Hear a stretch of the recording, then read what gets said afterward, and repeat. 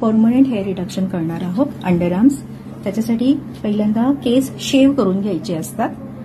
Waxing threading नाही करायचं, कारण वॅक्सिंग थ्रेडिंग केल्याने हेअर फॉलिकल डॅमेज होतं, त्याला स्वेलिंग येते आणि मग त्याचं कम्प्लीट रिडक्शन होत नाही, डिस्ट्रक्शन होत नाही.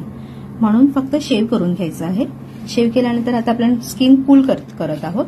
ओके, थंड ह्याच्यामध्ये जेल आहे, थंड जेल. स्किनला कूल करून घेऊया.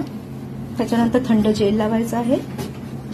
जेल तोच असणार आहे जो आपण रेग्युलर लावतो. कोणता? ईसीजी जेल किंवा sonography gel. Medium to thick layer लावायचा आहे.